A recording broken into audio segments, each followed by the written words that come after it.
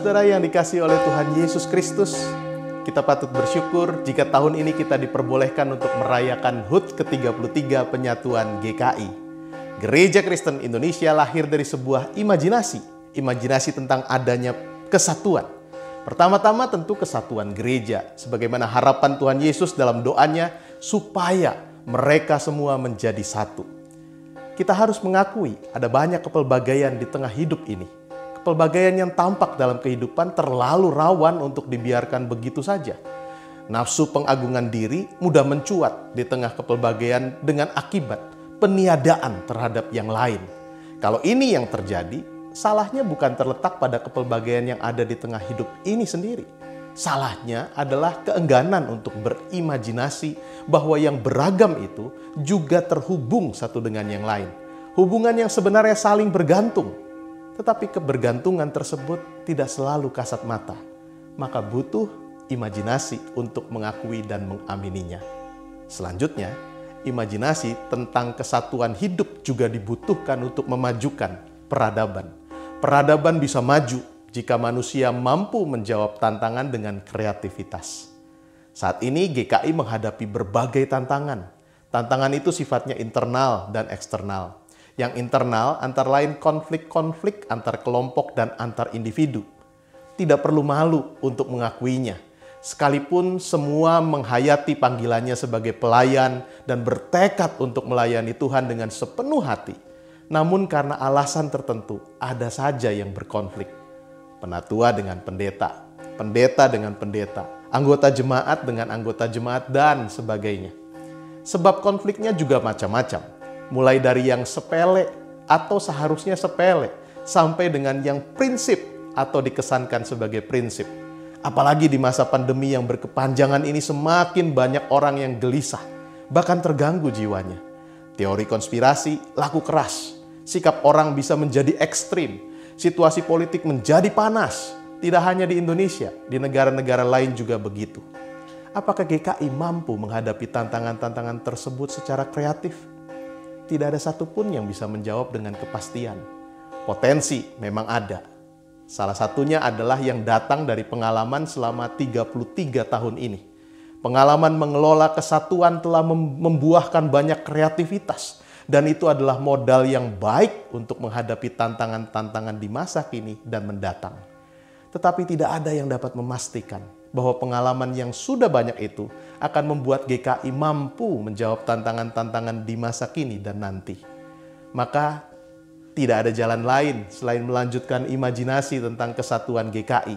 Imajinasi ini belum selesai dan mungkin juga tidak akan pernah selesai. Umat kekasih Tuhan, ulang tahun GKI hari ini kita rayakan masih dalam situasi pandemi yang penuh keterbatasan. Ibadah tatap muka, aktivitas gerejawi, dan kegiatan sosial kemasyarakatan dilakukan secara terbatas. Di satu sisi, keterbatasan dapat menantang kita menjadi lebih kreatif dan inovatif. Di sisi lain, keterbatasan dapat juga membuat kita menjadi pasif dan apatis. Apakah kehidupan bergereja kita di masa ini diwarnai dengan kreativitas dan inovasi? Tidak berhenti untuk terus berderap dalam karya dan kasih? Atau kehidupan bergereja menjadi redup dan dingin?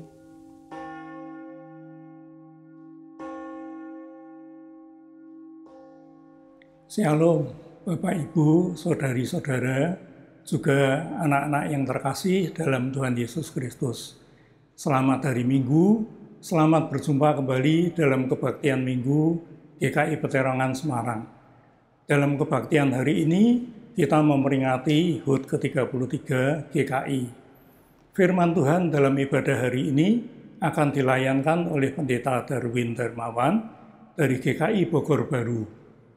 Sesaat lagi kita akan bersama memulai kebaktian minggu kita, tapi mari kita simak terlebih dahulu tayangan Warta Jumat minggu ini.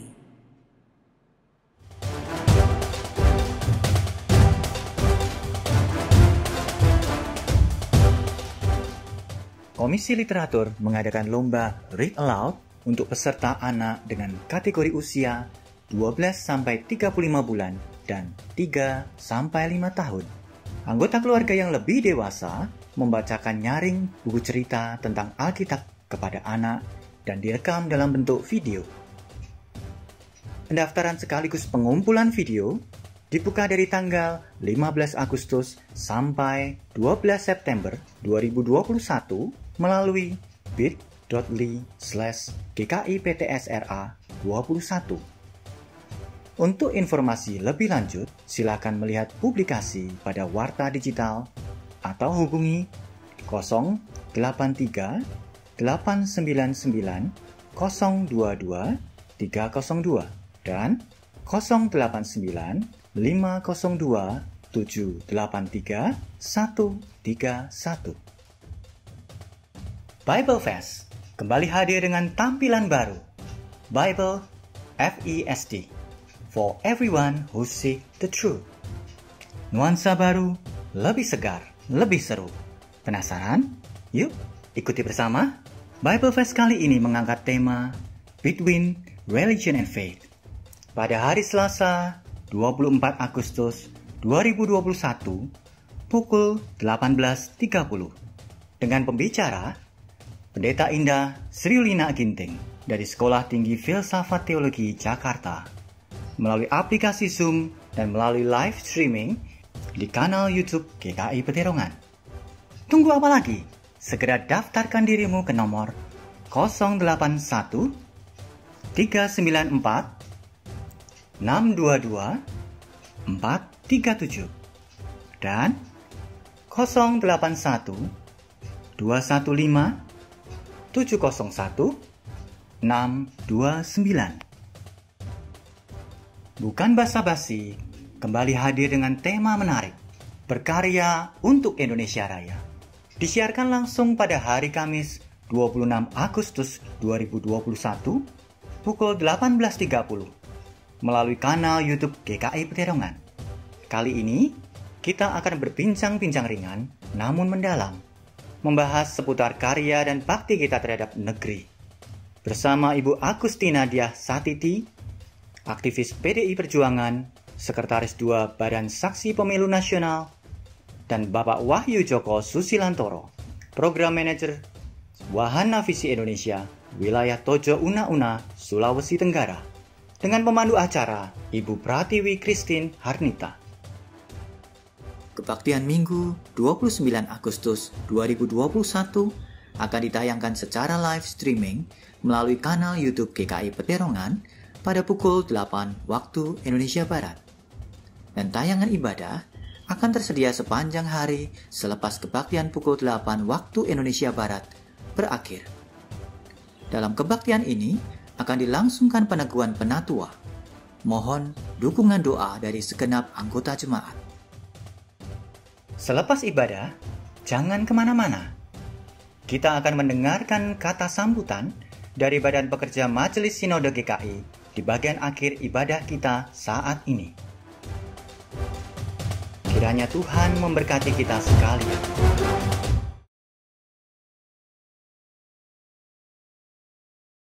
Demikian Warta Jemaat minggu ini. Kini saya mengajak setiap kita untuk mengambil waktu teduh sejenak sebelum kita memasuki ibadah kita hari ini.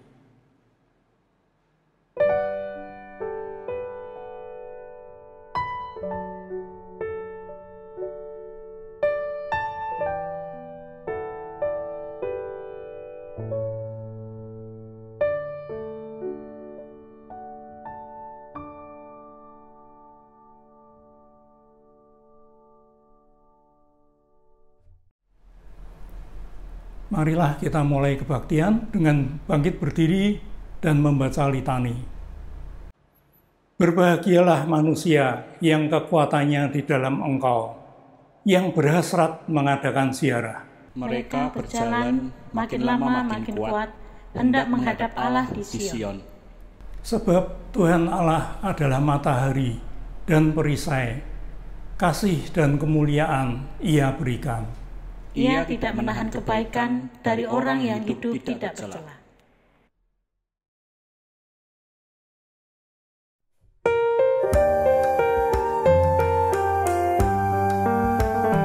Dalam nama Yesus Kristus kita satu tetap. Dalam roh Yesus Kristus kita satu tetap. Mendoakan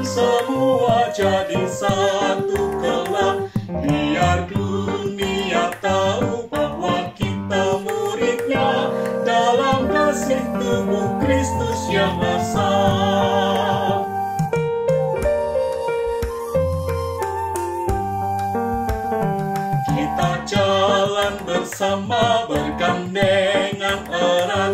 Kita jalan bersama bergandengan erat, menyiarkan berita bahwa Tuhan dekat. Biar dunia tahu bahwa kita murid-Nya dalam kasih tubuh Kristus yang esa.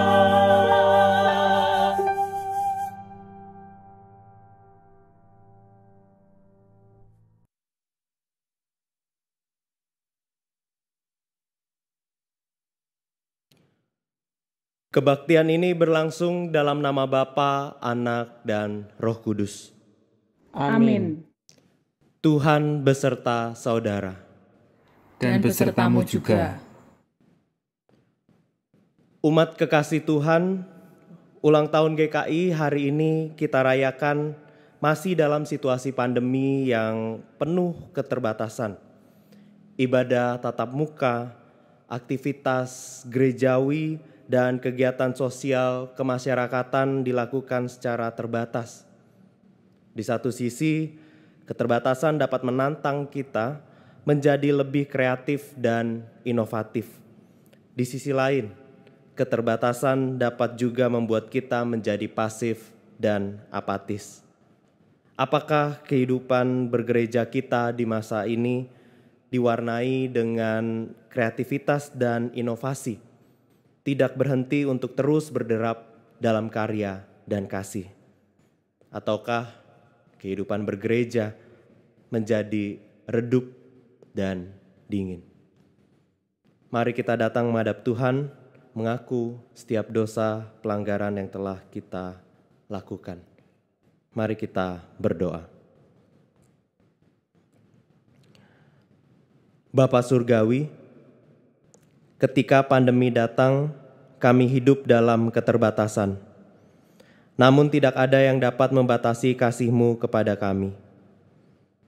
Pemeliharaanmu, penyertaan-Mu, dan penguatan yang daripadamu tetap kami rasakan. Kami sadar bahwa keterbatasan seharusnya tidak menjadi alasan bagi kami untuk tidak memiliki kerinduan bersekutu walaupun secara online. Keterbatasan bukanlah alasan untuk kami tidak lagi berkarya di gereja maupun di tengah masyarakat. Namun demikian ya Bapa, kami mengakui bahwa keterbatasan kerap membuat kami tidak lagi berderap dalam karya dan kasih. Ampunilah kami jika kami menjadi malas berbakti. Ampunilah kami jika kami menjadi enggan melayani. Kami menjadi berhenti mengasihi. Mampukanlah kami sebagai gereja-Mu untuk tetap rindu bersekutu, tetap berderap bersama dalam melayani dan mengasihi. Dan inilah pengakuan dan permohonan yang kami naikkan dalam nama Tuhan kami, Yesus Kristus, Juru Selamat kami yang hidup. Kami berdoa. Amin.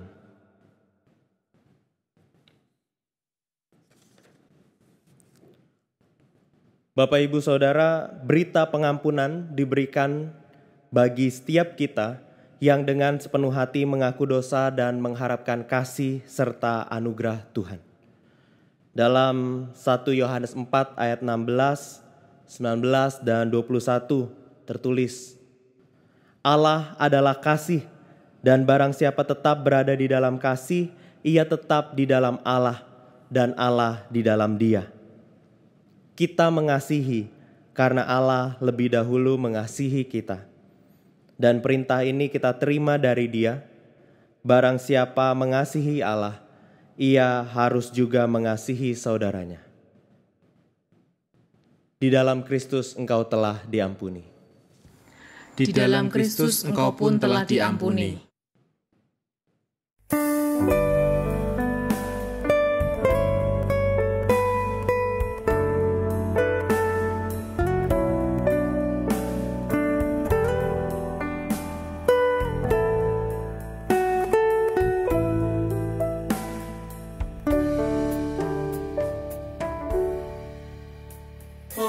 perintah baru ku beri padamu, agar di antara kamu saling mengasihi, sama seperti aku mengasihimu. Sehingga orang akan tahu engkau muridku, jika saling mengasihi. Sehingga orang akan tahu engkau muridku, jika saling mengasihi.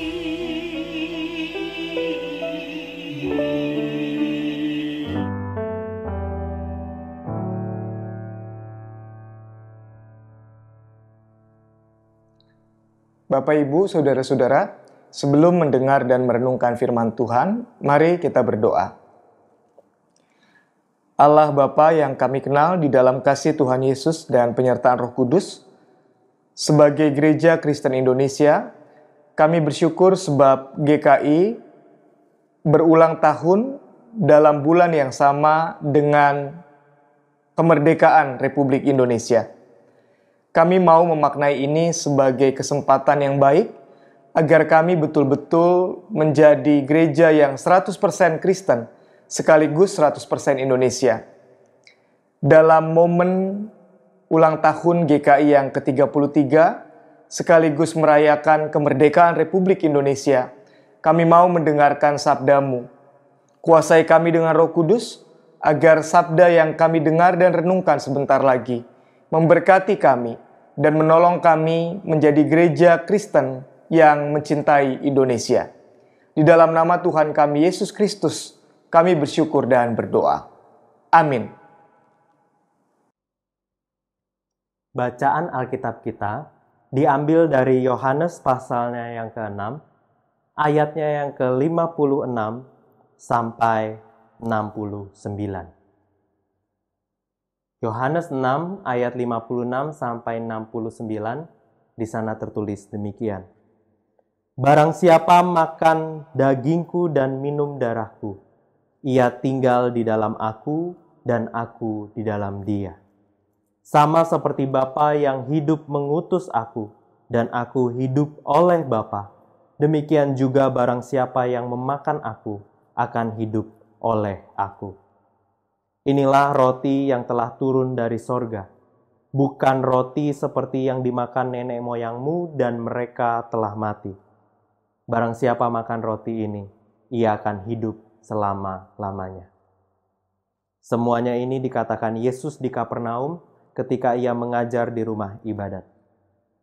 Sesudah mendengar semuanya itu, banyak dari murid-murid Yesus yang berkata, "Perkataan ini keras. Siapakah yang sanggup mendengarkannya?" Yesus yang di dalam hatinya tahu bahwa murid-muridnya bersungut-sungut tentang hal itu, berkata kepada mereka, "Adakah perkataan itu menggoncangkan imanmu? Dan bagaimanakah jikalau kamu melihat Anak Manusia naik ke tempat di mana ia sebelumnya berada?" Rohlah yang memberi hidup.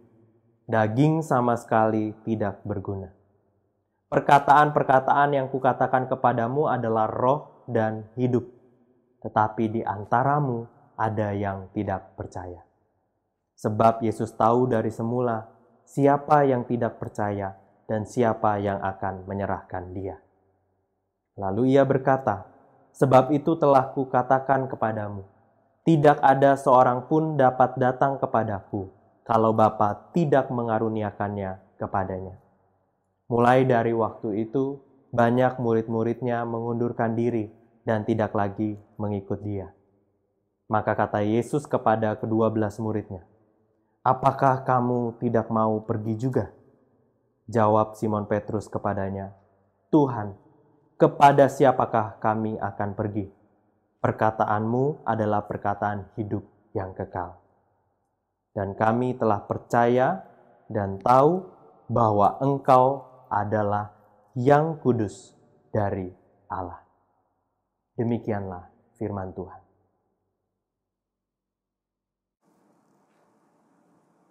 Bapak, Ibu, Saudara-saudara yang Tuhan kasihi, hari ini kita bersama-sama hendak merayakan dan memaknai hari ulang tahun GKI yang ke-33, sekaligus merayakan dan memaknai kemerdekaan Indonesia yang ke-76. Nah, saudara-saudara, tema ibadah kita hari ini adalah berderap dalam persekutuan kasih dan karya. Berderap dalam persekutuan kasih dan karya. Dari perikop yang kita baca, firman Tuhan hendak mengatakan hal yang penting untuk kita hayati sebagai Gereja Kristen Indonesia. Hal yang pertama, kita diminta untuk betul-betul mengalami persekutuan kasih dengan Kristus. Hanya ketika itu terjadi, maka hal yang kedua akan kita alami atau bisa kita kerjakan sebagai GKI. Apa itu? Kita bisa berkarya di tengah-tengah bangsa ini. Nah, 2 poin penting inilah yang firman Tuhan mau katakan kepada kita, kepada saya dan kepada saudara-saudara hari Minggu ini. Nah, saudara-saudara, kalau kita memperhatikan Yohanes 6 ayat 56 sampai ayat yang ke-69, di sana diceritakan bagaimana umat Yahudi termasuk pengikut-pengikut Kristus, termasuk orang-orang yang menjadi murid Kristus, kebingungan tatkala Kristus mengatakan dirinya adalah benar-benar makanan. Dagingku adalah benar-benar makanan, dan darahku adalah benar-benar minuman. Di ayat ke-55. Lalu saudara-saudara, di ayat 56, Yesus kemudian berkata begini, "Barang siapa makan dagingku dan minum darahku, ia tinggal di dalam aku dan aku di dalam dia." Nah, inilah poin pertama yang tadi saya katakan sebagai persekutuan kasih. Barang siapa makan tubuh Kristus dan barang siapa minum darah Kristus, dia mengalami persekutuan kasih dengan Kristus. Dia di dalam Kristus, Kristus di dalam dirinya. Nah, saudara-saudara, poin penting yang perlu kita perhatikan ketika ini disampaikan Tuhan Yesus kepada orang-orang saat itu. Banyak orang-orang yang tidak percaya. Banyak orang-orang yang kebingungan, banyak orang-orang yang bertanya-tanya. Mereka tidak mengerti bagaimana mungkin Yesus sebagai guru Yahudi menganjurkan para pengikutnya untuk makan tubuhnya dan minum darahnya. Kenapa? Karena bagi orang Yahudi haram hukumnya memakan sesuatu yang mengandung darah manusia. Bagi orang Yahudi adalah sebuah kekejian yang ditolak Allah, karena darah itu di dalamnya ada nyawa. Jadi saudara-saudara bisa dibayangkan kalau kita berada dalam posisi orang saat itu. Ketika Yesus berkata, "Kalau kamu makan tubuhku dan minum darahku," seakan-akan mereka diajak untuk melakukan tindakan barbar. Tindakan yang betul-betul menjadi kekejian di hadapan Tuhan. Mereka bingung, mereka tidak mengerti, dan mereka tidak paham sama sekali dengan apa yang Kristus katakan kepada mereka. Nah, saudara-saudara, dalam perikop yang kita baca ini, Tuhan sebetulnya hendak mengajarkan kepada mereka apa yang akan terjadi pada dirinya yang nanti akan disalibkan. Penyaliban Kristus adalah tindakan yang nyata, dan secara spiritual ketika Yesus disalibkan, maka dia tubuhnya diserahkan buat orang-orang yang percaya, darahnya diberikan, ditumpahkan untuk orang-orang yang percaya. Nah, kenapa disebut makan dan minum tubuh dan darah Kristus? Karena tubuh Kristus itu menjadi sesuatu yang betul-betul diperlukan oleh umat Allah. Darah Kristus itu menjadi sesuatu yang diperlukan oleh umat Allah agar mereka betul-betul mendapatkan karya penyelamatan, agar mereka mengalami kasih dari Tuhan. Kenapa ini diperlukan? Karena mereka adalah orang-orang yang berdosa, dan karena dosa upahnya adalah maut. Karena Kristus adalah Allah dalam rupa manusia yang hendak menunjukkan hukuman dosa yang adalah maut, maka dirinya menanggung maut itu agar umat tidak jatuh ke dalam maut, agar mereka tidak binasa, agar mereka mendapatkan penyelamatan yang nyata. Nah, saudara-saudara, makan tubuh Kristus dan minum darah Kristus ini adalah tindakan yang selalu kita kerjakan ketika kita melakukan ritual perjamuan kudus. Melalui perjamuan kudus, seseorang yang secara rohani makan tubuh Kristus, minum darah Kristus, dia bersekutu dengan Kristus. Seperti roti yang dimakan dan anggur yang diminum menjadi bagian yang tidak terpisahkan dari hidup orang itu, maka begitu juga gambaran yang mau dikatakan Injil Yohanes ini. Barang siapa makan tubuhku, barang siapa minum darahku, maka ia tinggal di dalam aku dan aku tinggal di dalam dia. Kristus menjadi Immanuel, menjadi Allah yang beserta dia, Allah yang menyertai dia, Allah yang betul-betul hadir di dalam kehidupannya. Nah, saudara-saudara, dalam Yohanes 10 ayat yang ke-10,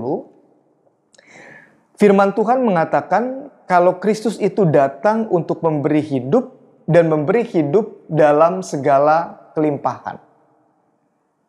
Kalau saudara memperhatikan ayat sebelumnya, Yohanes pasal 10 ayat 1 sampai 9, di sana diceritakan kalau hidup yang berkelimpahan adalah hidup yang lengkap karena digembalakan oleh Kristus yang adalah gembala yang baik. Nah, saudara-saudara, ketika orang digembalakan oleh Yesus sebagai gembala yang baik, maka orang ini betul-betul mendapat hidup yang berkelimpahan. Karena dia tidak pernah kekurangan. Kalau pakai gambaran Mazmur 23, hidupnya itu dipimpin ke air yang tenang, ke padang yang berumput hijau, bahkan ketika maut sekalipun, orang tidak takut di dalam lembah maut atau kekelaman. Jadi, hidupnya berkelimpahan. Lahir batin dicukupkan. Di dunia ini dan dunia setelah orang mati juga terus-menerus mengalami cinta kasih Tuhan. Nah, saudara-saudara, pertanyaan pentingnya, kenapa orang yang makan tubuh Kristus, minum darah Kristus, yang disebut bersekutu dengan Kristus itu, dia kemudian akan berderap dalam karya, berderap di dalam cinta. Ayat selanjutnya Tuhan katakan begini, sama seperti Bapa yang hidup mengutus aku, dan aku hidup oleh Bapa, demikian juga barang siapa yang memakan aku akan hidup oleh aku. Saudara bisa mulai menangkap apa yang Tuhan mau katakan lewat firman Tuhan hari ini. Yesus menjelaskan sebagaimana dia yang adalah anak tapi juga sekaligus Allah, hidupnya diutus oleh Allah Bapa dan hidupnya oleh karena Allah Bapa, maka orang yang makan tubuh Kristus, minum darah Kristus yang disimbolisasi melalui kegiatan ritual perjamuan kudus, maka orang itu hidupnya dari Kristus. Maka ketika saya melakukan itu, saya mau mengatakan hidup saya dari Kristus. Dan bukan saja hidup saya dari Kristus, tapi saya mengalami hidup yang berkelimpahan karena Kristus. Kenapa? Seperti tadi saya katakan Mazmur 23, saya punya gembala yang baik, yang mencukupkan apa-apa yang saya butuhkan di dunia ini, yang memberikan kepada saya jaminan saya akan mendapat kekekalan ketika saya dipanggil oleh Tuhan suatu saat nanti. Sama seperti Bapa mengutus aku dan aku hidup oleh karena Bapa, maka orang yang memakan aku, kata Kristus, dia juga akan hidup oleh aku dan dia juga akan diutus oleh aku melakukan karya-karya penyelamatanku. Kalau saya boleh memakai apa yang Rasul Paulus katakan kepada jemaat di Roma 11 ayatnya yang ke-36, orang yang bersekutu dengan Kristus, makan tubuh dan darah Kristus, adalah orang yang tahu segala sesuatu dari Kristus, oleh Kristus, dan kepada Kristus. Maka bagi Kristuslah kemuliaan sampai selama-lamanya. Nah, saudara, kalau demikian halnya, maka orang yang betul-betul bersekutu dengan Kristus menjadi pribadi yang secara sukacita, sukarela, spontan mendedikasikan kehidupannya untuk melakukan karya-karya Kristus. Kalau pakai bahasa yang lebih sederhana begini, kalau saya sudah mengalami kasih dan kebaikan Kristus, maka kasih dan kebaikan Kristus yang betul-betul besar itu meluap dari diri saya, dan itu bisa saya bagikan untuk orang-orang yang membutuhkan. Contoh,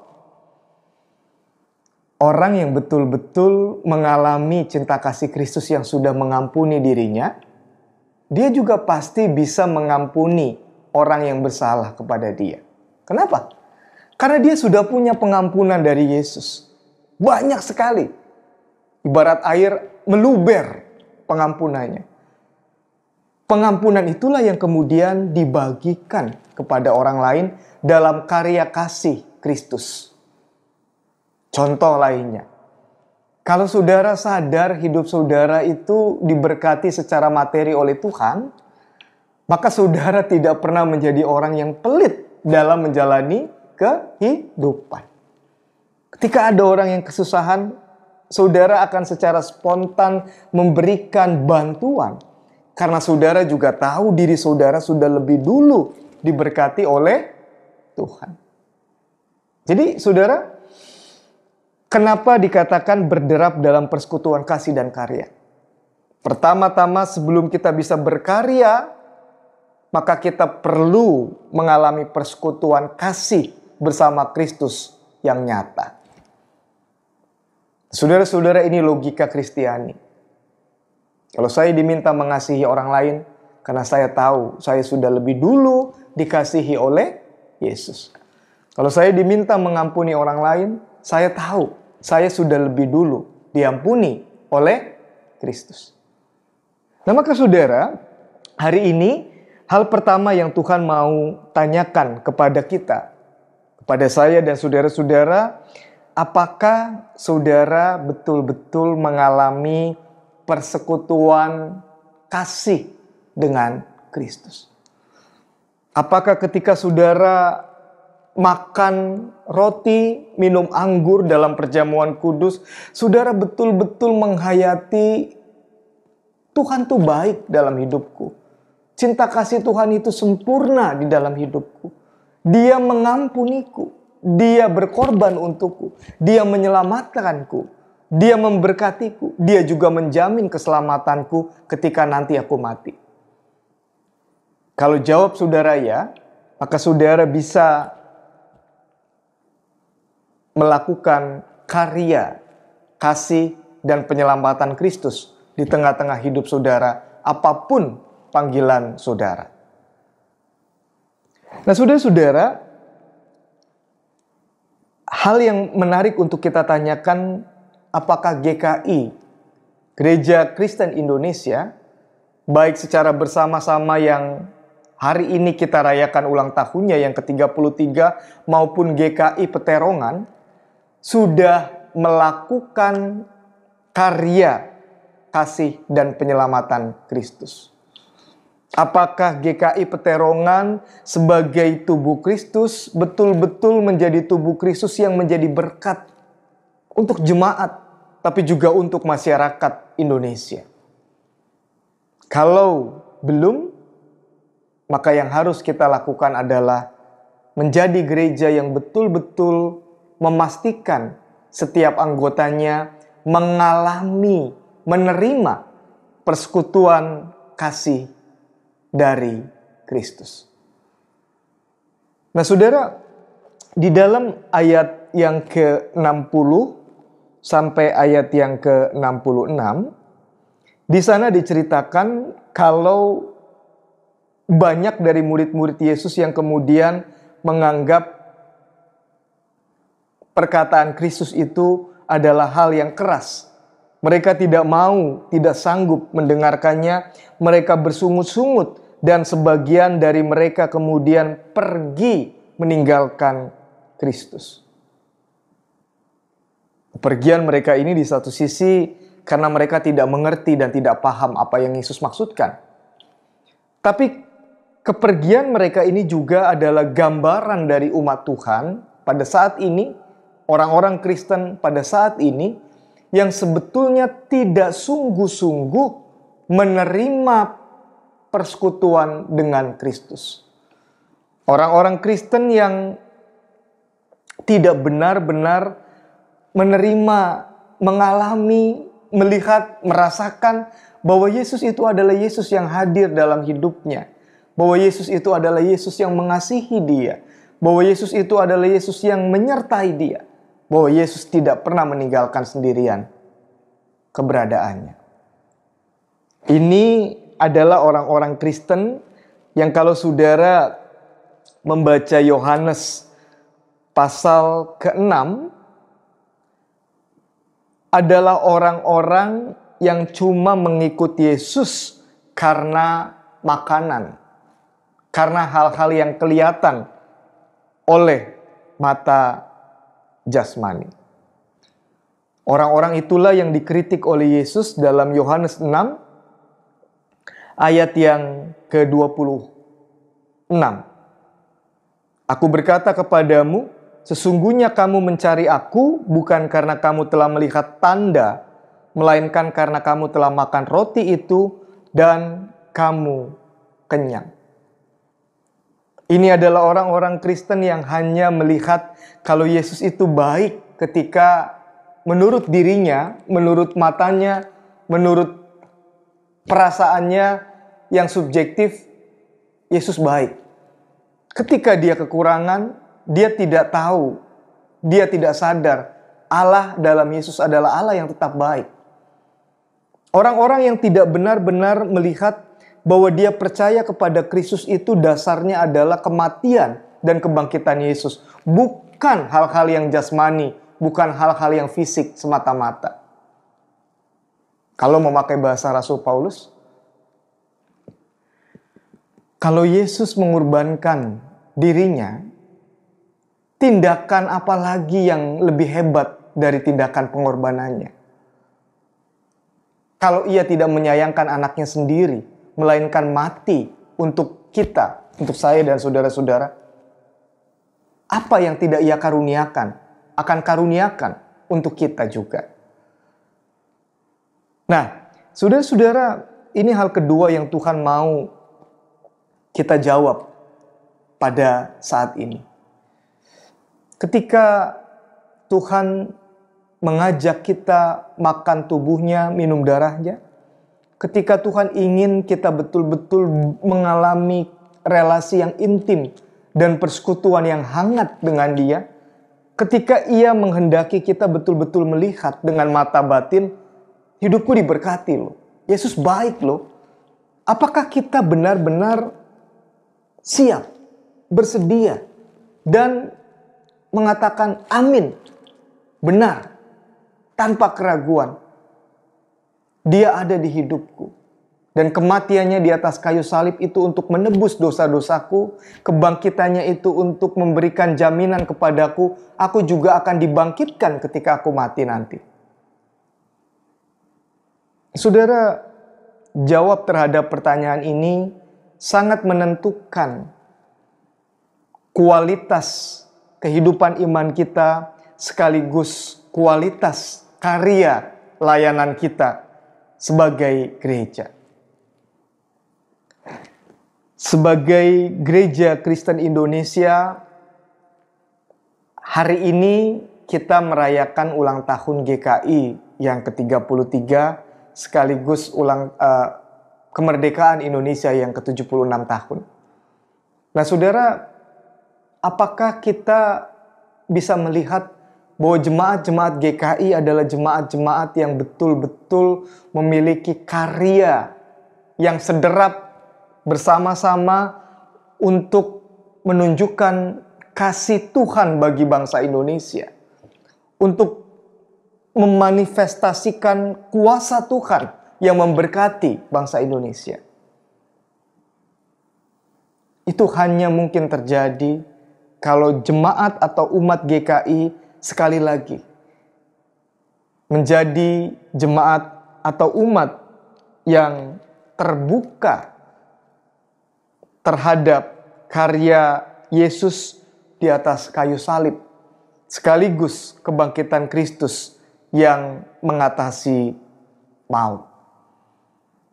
Yang ketiga atau yang terakhir, saudara-saudara, dalam ayat 67 sampai ayat 69, Yesus kemudian bertanya kepada Petrus begini, "Apakah kamu tidak mau pergi juga seperti orang-orang lain, seperti murid-murid lain, seperti teman-temanmu yang lain, ketika kamu tidak siap menerima kematian dan kebangkitanku?"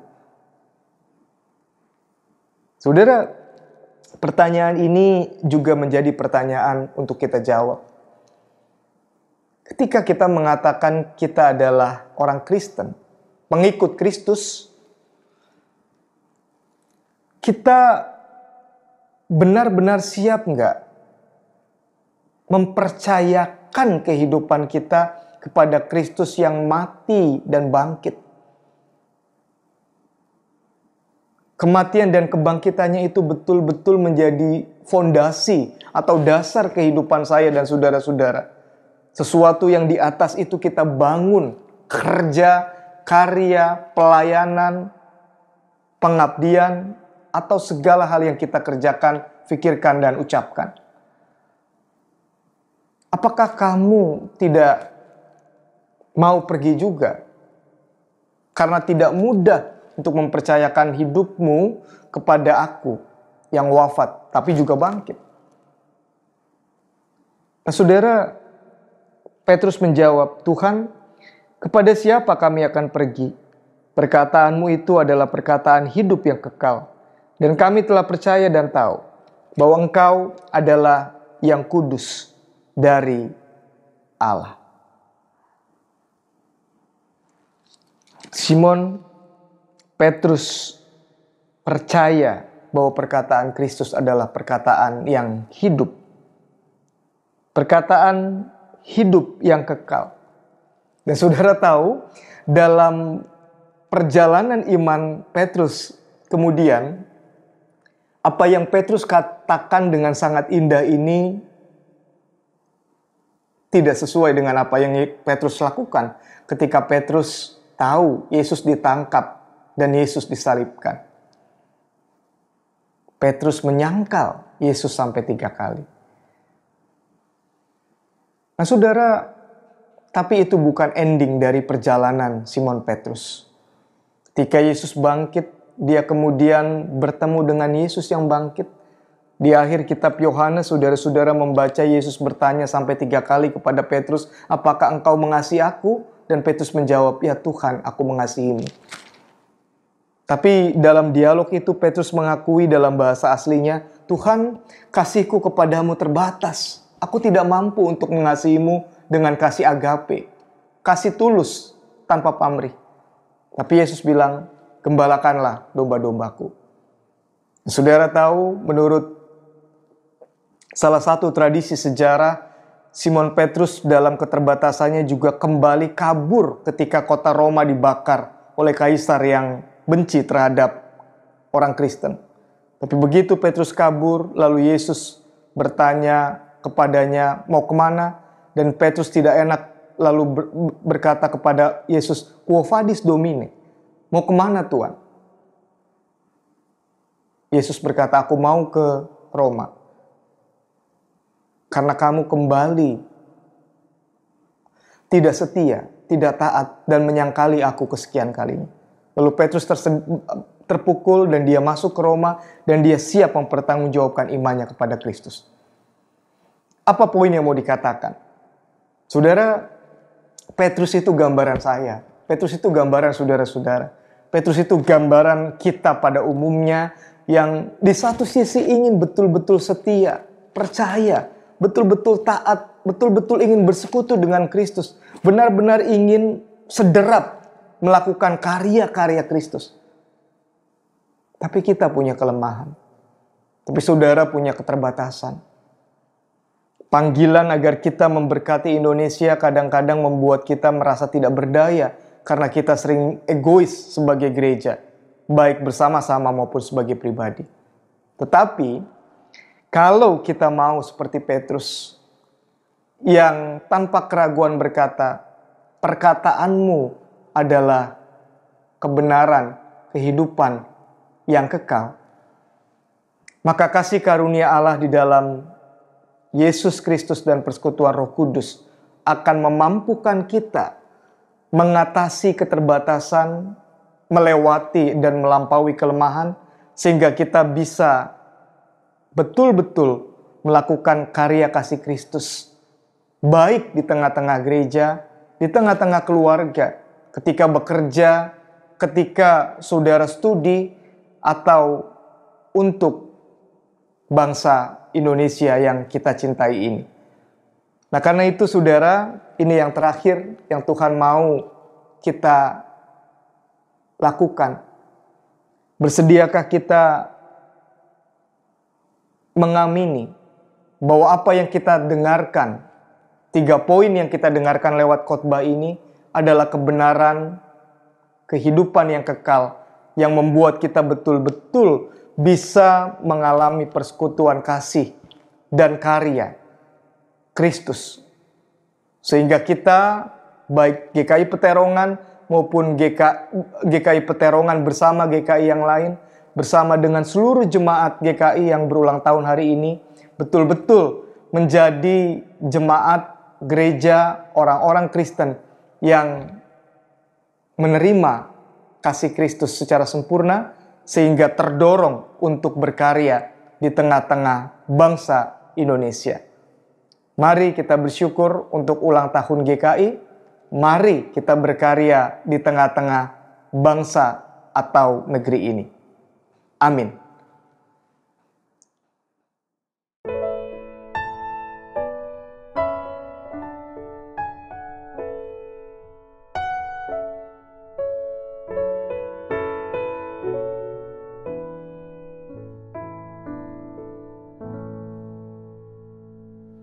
Marilah kita bersama-sama berdiri.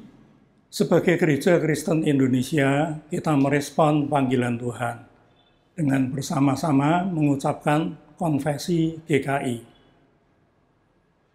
Dalam persekutuan kasih yang akrab, serta anugerah penciptaan, pemeliharaan, penyelamatan, dan pembaharuan oleh Allah Bapa, Anak, dan Roh Kudus, kami sebagai Gereja Kristen Indonesia hidup dan berkarya di tengah kekayaan dan kepelbagaian warisan sejarah, budaya, dan lingkungan alam Indonesia. Kami percaya kepada Allah yang dipanggil Bapa oleh Yesus Kristus, yang di dalam kasih dan kuasa-Nya menciptakan semesta alam, yang memelihara dan mengelola dengan baik lingkungan alam seperti pemilik taman, yang merawat dan menjaga anak-anaknya, seperti ibu atau bapa, yang mengundang dan memanggil kami untuk berperan serta dalam pekerjaan-pekerjaannya yang baik. Kami percaya kepada Yesus Kristus, Anak Allah yang dikandung oleh Roh Kudus dan dilahirkan dari rahim perawan Maria, yang diutuskan untuk menegakkan kerajaan Allah bagi seluruh ciptaan, yang mengampuni orang berdosa, serta memanggilnya bertobat, mengasihi semua orang tanpa diskriminasi, menegakkan keadilan dan perdamaian tanpa kekerasan, memberkati setiap pribadi, keluarga, dan anak-anak, memberdayakan orang miskin, memulihkan orang sakit, membebaskan orang tertindas, menjadi sahabat bagi orang yang diasingkan, yang menyelamatkan dunia dengan menempuh jalan penderitaan hingga mati di kayu salib, dan pada hari yang ketiga dibangkitkan dari kematian, agar kami bebas dari kuasa dosa dan maut, menyatakan kasih yang melenyapkan ketakutan dan melampaui kejahatan, serta beroleh kebangkitan dan hidup yang abadi, yang naik ke surga, agar kami memberitakan Injil-Nya kepada segala makhluk, yang akan datang kembali untuk menghakimi dan membarui segala sesuatu, agar kami mampu merayakan kehidupan dan menyambut kematian di dunia ini dalam iman, pengharapan, dan kasih. Kami percaya kepada Roh Kudus, sumber kehidupan yang menolong kami, untuk mengaku percaya bahwa Yesus adalah Tuhan, dan untuk menghidupi firman Allah, sumber karunia yang menghimpun kami sebagai satu gereja yang kudus, am, dan rasuli, sumber kekuatan yang melibatkan kami dalam misi kerajaan Allah. Kemuliaan bagi Allah Bapa, Allah Anak, dan Roh Kudus yang tidak pernah memisahkan kami dari kasih-Nya, sekarang dan selama-lamanya. Amin. Marilah kita bersama menaikkan doa syafaat kita. Marilah kita berdoa. Bapa yang bertahta di dalam kerajaan surga dan mengasihi seluruh ciptaan yang ada di bumi. Terima kasih karena kebaikan Tuhanlah yang telah mengumpulkan kami bersama-sama dari tempat kami masing-masing, sehingga kami boleh berbakti, boleh bersekutu melalui tayangan online yang ada. Dan pada hari ini kami memperingati hari ulang tahun Gereja Kristen Indonesia, di mana kami ada di dalamnya, bernaung, bersekutu, bertumbuh bersama di dalamnya. Terima kasih Bapa, kami sungguh bersyukur atas penyertaan-Mu bagi setiap kami dan bagi gereja Tuhan ini.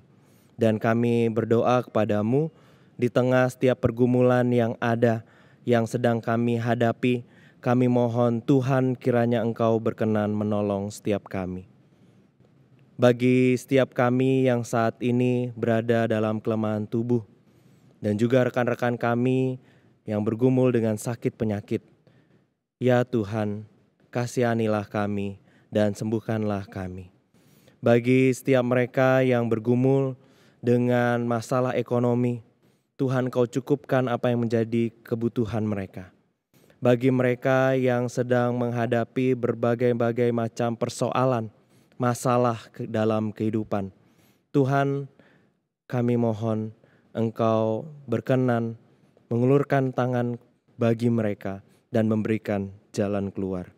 Kami percaya Engkau senantiasa beserta dengan kami, sehingga kami kiranya boleh memiliki keberanian tiap kali kami menghadapi tantangan. Kami percaya kami akan menghadapinya bersama dengan Tuhan. Dan saat ini kami juga berdoa untuk pergumulan kami bersama sebagai jemaat-jemaat Gereja Kristen Indonesia. Tuhan, kami sungguh bersyukur melihat keragaman yang ada di tengah-tengah Gereja Kristen Indonesia. Kami bersyukur untuk jemaat-jemaat yang boleh terus Engkau pelihara, Engkau tumbuhkan. Dan kami bersyukur kami boleh terus memiliki kesempatan untuk berderap bersama dalam setiap peribadahan yang kami lakukan, dalam setiap doa yang kami panjatkan, dalam setiap karya, dan dalam setiap hal yang kami lakukan bersama. Terima kasih Tuhan, Engkau mengasihi Gereja Kristen Indonesia. Biarlah Tuhan kami juga memiliki cinta kasih yang sama terhadap jemaat ini. Dan kami boleh memberi diri, saling memberi diri untuk pelayanan dan kesaksian yang terus dikerjakan di tengah-tengah Gereja Kristen Indonesia. Kami berdoa bagi bangsa ini. Tuhan, terima kasih untuk Indonesia yang terus Engkau pelihara. Baru saja kami merayakan kemerdekaan Republik Indonesia. Dan kami sungguh bersyukur tiap kali kami memperingati hari kemerdekaan bangsa kami. Tuhan, terima kasih makin tahun kami boleh melihat pemeliharaan Tuhan atas bangsa ini. Kiranya Tuhan kami mau terus mensyukuri, melanjutkan apa yang menjadi karya Tuhan bagi bangsa ini melalui karya kami masing-masing di tengah-tengah kehidupan berbangsa dan bernegara. Tuhan, tolonglah kami supaya kami bisa menjadi warga negara yang baik, bisa jadi tetangga yang baik, bisa menjadi anak-anak Tuhan yang baik, yang mau terus memberikan ide-ide, pemikiran, karya, dan bakti kami juga bagi negeri kami ini. Kami berdoa bagi dunia kami. Kami boleh melihat ada banyak tantangan, ada banyak persoalan di sana-sini. Kami melihat ada perang, kami melihat ada pertikaian. Tuhan, kiranya damai sejahtera Tuhan boleh senantiasa menaungi dunia kami. Bangsa-bangsa yang terus bergejolak, Tuhan tolong berikan kedamaian. Mereka yang terus mengupayakan kesejahteraan bagi rakyatnya, Tuhan tolong berkati. Berikan hikmat bagi pemimpin-pemimpin bangsa, supaya dunia kami, di mana kami berada bersama-sama, itu boleh menjadi dunia yang aman, yang nyaman untuk ditinggali, dan boleh terus berada dalam kedamaian. Kalau kami memiliki kesempatan untuk melakukan sesuatu bagi dunia kami, Tuhan, biarlah hikmat Tuhan yang memimpin. Tetapi kalau kami tidak memiliki kesempatan secara langsung, ingatkan kami bahwa apapun yang kami kerjakan, sekecil apapun, itu boleh menjadi sumbangsi baik bagi dunia ini. Terima kasih Bapa. Inilah doa kami yang kami panjatkan kepada Tuhan. Kami mohon kiranya Engkau berkenan mendengar, seperti kami juga bersedia untuk mendengar suara Tuhan yang menuntun kami di hari-hari kehidupan kami. Dan kami naikkan doa ini hanya di dalam nama Tuhan kami Yesus Kristus yang telah mengajarkan kami berdoa. Bapa kami yang ada di surga, dikuduskanlah namamu, datanglah kerajaan-Mu, jadilah kehendak-Mu di bumi seperti di surga. Berikanlah kami pada hari ini makanan kami yang secukupnya, dan ampunilah kami akan kesalahan kami, seperti kami juga mengampuni orang yang bersalah kepada kami. Dan janganlah membawa kami ke dalam pencobaan, tetapi lepaskanlah kami daripada yang jahat, karena Engkaulah yang punya kerajaan dan kuasa dan kemuliaan sampai selama-lamanya. Amin.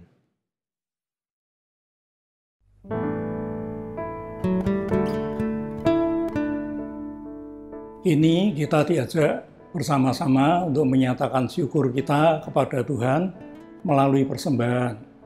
Dimanapun saudara berada, saudara dapat memberikan persembahan minggu, persembahan bulanan, persembahan syukur, dan persembahan perpuluhan melalui pertama, transfer bank ke rekening bank yang tercantum di layar maupun dari Warta Digital. Yang kedua, melalui scan QRIS menggunakan aplikasi layanan keuangan digital yang ada. Atau ketiga, memasukkan persembahan ke dalam kotak persembahan yang disediakan di pintu keluar ruang ibadah dan di kantor tata usaha gereja. Mohon untuk mencantumkan keterangan jenis persembahan yang diberikan. Apabila saudara memberikan persembahan melalui transfer ATM atau QRIS, tambahkanlah kode unik pada 2 digit terakhir nominal persembahan saudara. Informasi kode unik dapat Anda temukan pada Warta Digital. Sebagai pengingat bagi kita semua, saya akan bacakan nats yang saya ambil dari Mazmur 107, ayat yang pertama, demikian. Bersyukurlah kepada Tuhan sebab Ia baik, bahwasanya untuk selama-lamanya kasih setianya. Marilah kita berdoa.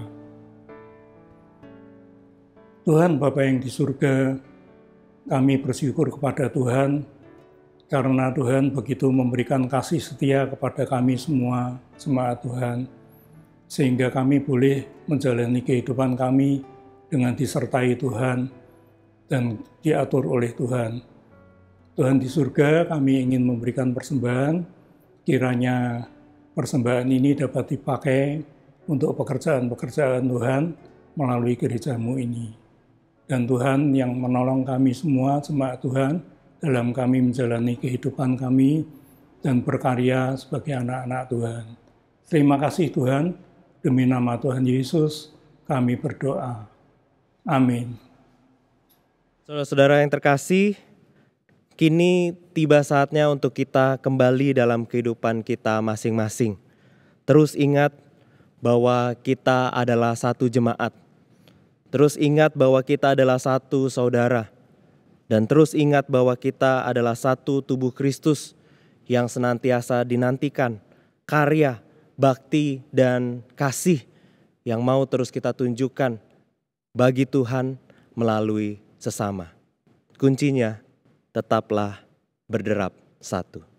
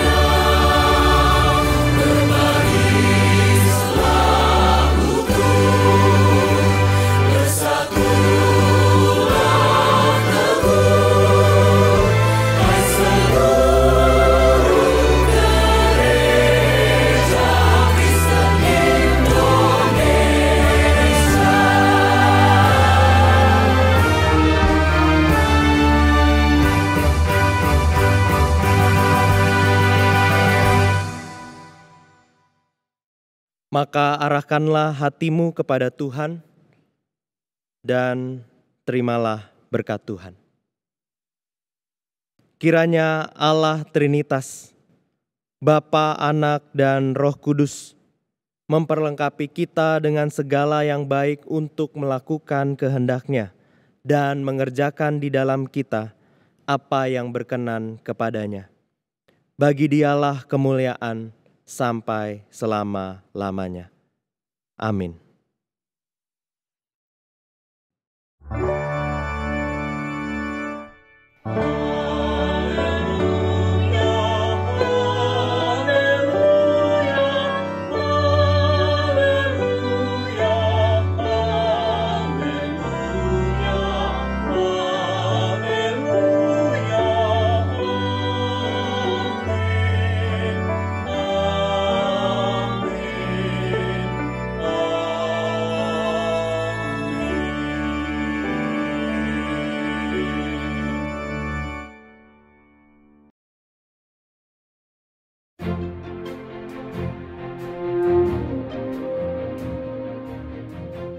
Saudara-saudara yang dikasihi oleh Tuhan, kita bersyukur bahwa hari ini kita merayakan hari ulang tahun Gereja Kristen Indonesia yang ke-33.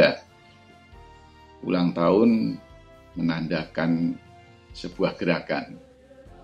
Gerakan itu bukti dari kehidupan. Meskipun orang biasanya membayangkan untuk manusia bahwa gerakan itu seperti sebuah garis yang makin menanjak, makin tinggi, dan bahwa pada titik tertentu ada kemapanan. Jadi kalau orang sudah mencapai banyak hal, disebut sudah mapan, seakan-akan sudah selesai. Tapi adakah hidup yang benar-benar mapan? Apalagi di zaman sekarang di mana perubahan-perubahan begitu cepat terjadi, perlu selalu kan melakukan improvisasi, akan siap untuk berubah, namanya adaptif terhadap keadaan yang berubah. Ya, orang juga bisa saja memulai sesuatu yang baru di usia yang relatif tua. Bisa mulai kuliah di usia 60, 70 tahun. Mulai bisnis setelah pensiun. Ada banyak hal baru yang bisa dilakukan orang tanpa mengenal usia. Saudara-saudara, gerakan yang seperti ini bukankah mengingatkan kita juga akan Tuhan? Tuhan yang terus berkarya. Dan Tuhan tidak pernah menjadi terlalu tua untuk berkarya. Dan di dalam melakukan karyanya itu banyak hal-hal baru juga yang dihasilkan, yang ditemui oleh Tuhan sendiri, sebagaimana sampai dengan sekarang kita mengalaminya. Kalau kita hidup di zaman komputer, di zaman digital seperti sekarang, kita tahu bahwa di zaman seperti ini juga Tuhan masih berkarya. Oleh sebab itu tugas kita sebagai gereja dalam hemat saya ada dua. Yang pertama adalah bahwa kita ikut serta di dalam penciptaan yang Tuhan lakukan. Dan itu berarti bergerak terus, tidak pernah berhenti. Nah, yang kedua adalah bahwa kita menjadi saksi bahwa Tuhan itu terus-menerus bekerja. Kita memang membaca di Alkitab, Tuhan mencipta itu pada awal dunia ini. Tapi Alkitab juga menceritakan bahwa Tuhan terus bekerja setelahnya. Dan kita juga sebagai orang beriman meyakini sampai dengan sekarang ini pun Tuhan terus bekerja.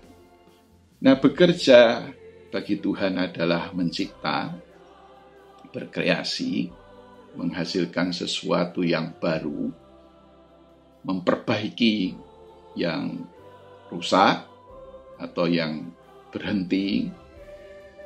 Nah, dengan begitu maka ketika Tuhan mencipta, bekerja, ada pengharapan bahwa sesuatu itu tidak boleh berhenti, tidak boleh dibiarkan dalam keadaan mati atau rusak.